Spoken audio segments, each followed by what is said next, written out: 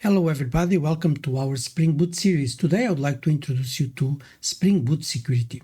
The first thing that we should do is just to add this dependency, which is the Spring Boot started security. Okay, and when we add this, it automatically starts to require authentication in every web request. Let's see this working. So this is our previous application, not changed at all. So only I only added that dependency. So let's run this. Wait for a moment, and now you can see here on the output when you add that dependency in Maven or Gradle, you will see this line being generated, and it even tells the generated password is for development use only. Your security configuration must be updated before running our application in production. Of course, we will not be using this security mechanism in a production environment. This is just an introductory video. Later in further videos, I will explain you how to implement multiple users with roles and things like that. For now, we just want to make sure that you understand what is the implication when we add security and how to provide at least a minimal security to our application if you need to implement some testing regarding security with a specific user and you want to test your application in the first stage of the development. Okay, this is the way to go later. Of course, we will still need the security started, but we can configure beans and other things that I have to explain later, where we can teach Spring where to find users and their roles and other information. So how do we log in now? So we copy paste this value, okay, and now the application is running. So let's execute the query. So I will click here, and you can see that when I try to request using this call to this REST API, it forward my request to a login. So I will do user. That's the default name that we should use. It's by default. And then we put the password that we copy paste. Now when sign in, it will display what we want, even the other things that we had before. So like this one, users, for instance, /2, and you can see while the application is running, it's already authenticated. And why is authenticated? Because of this. If you go to the application on dev tools of your browser, you can click the F12, and then you can see under cookies, it will usually Java applications create this cookie JSESSIONID. And while this cookie is here, you don't need to log in. So if you see, I can refresh, and okay, the cookie is always here. So if I remove this cookie, delete, and now if I refresh, you can see that it requests me again login. That's how it knows that a login should be provided or not. And then again, we can create the user and the password. The password remains the same for this application while the application is running. Okay, and now you can see that the cookie was created again. And now if we refresh, or even if we change the address here, you can see that it's working. As long as the cookie is here. Okay, let's remove now the cookie. And now imagine that we want to specify our user, not the generated user. Okay, I'll talk that their password, it's quite good if you remove it from the log. I think it's the best framework that you can arrange for this kind of application. But imagine that you want to test a specific user that you have in your application, and it's a user that will be used in testing and during the development process. In that case, you can go to the application properties, and I already put it in some configuration, but I will just uncomment, and you can use the Spring security, this part, and configure your user. You can, this is not the way to create multiple users. To create multiple users, it's a completely different way. But for a default user, it's a quite a good solution. So we specify the username. Be careful here of this dot, and you specify username, a password, user password, and the roles. You can even check inside your application to check what is the role of the user. In our case, we will not be doing that. That will be for a specific chapter about permissions. Now our authorizations. Now we are only talking about authentication. So our username is Jose, and the password is Jose123.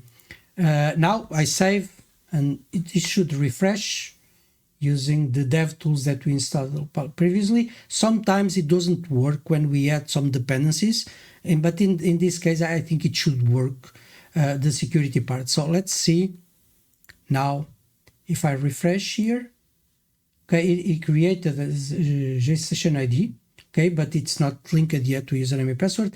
Now, if I try to use the previous user, you can see that it's bad credentials. It's not using anymore the generated password. So we have to use our user, which is Jose, and Jose 123. And then we can sign in, and now it's working, and as before. And if I refresh here or specify a specific user here, okay, you can see here that it's working. And if I remove again this cookie and I refresh, I have to put it again, my user, again, 123, our username and password, and now it's working. If you want to use something like the Postman for these kind of things, when you are requesting an API, of course, you don't have a login username password. You have to pass this through another. And I didn't want to put this on this video, but if you want to understand how, usually you have this authorization here, okay, and you specify that you want at least a basic authentication, okay, and now you can specify here your user, okay. You have to provide this. Okay, let's try without the authentication, like this one, and when you send a request, you can see the 401 unauthorized. It's the same concept as we saw on the browser, but the browser displays, let's say, a form with username and password where you can provide the credentials to log in. See, this is a request call using HTTP by using Postman, so it's not the same thing. We don't have access to an interactive process where you can see a box for you to try username and password. So you should send with a request in another, something that I didn't talk yet in my videos, but I will talk in other videos. And the way to do it is here, authorization. This is one way to do. You choose here basic authentication, and you can provide username and password here. And now when you send, you can see that you receive a 200 OK and the user that we requested. Okay, this is the way to authorization. Behind the scenes, you can always say, okay, but this is very strange because it seems that it's an authorization from Postman. But what happens, it's here.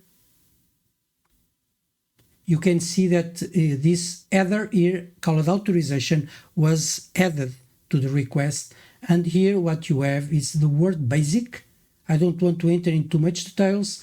Then you have a space, and now you have the username and password here encoded in code base 64. I will explain this in other video, but for now, if you want to understand what's happened here, it was that when you put this authorization and basic space, this Spring Boot will check if this header exists in HTTP request, and if it exists, we'll ask, okay, which type of authentication are we using?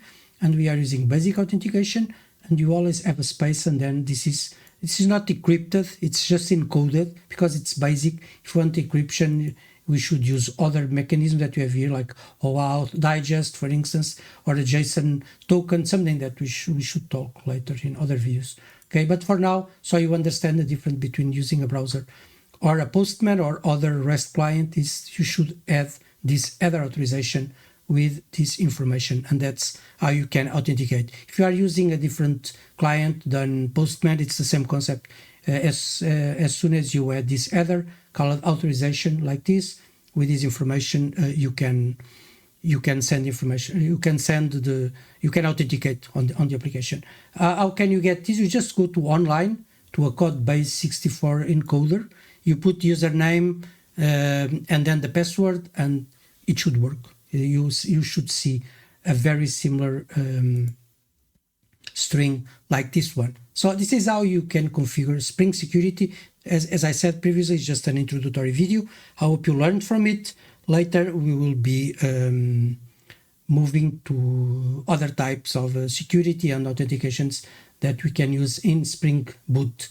Hope you liked this video. I hope you subscribe it, share with your friends. Be free to comment, propose subjects to talk about Spring Boot. I have a lot of them in the queue, so expect new videos with great information for you to learn this really popular tool.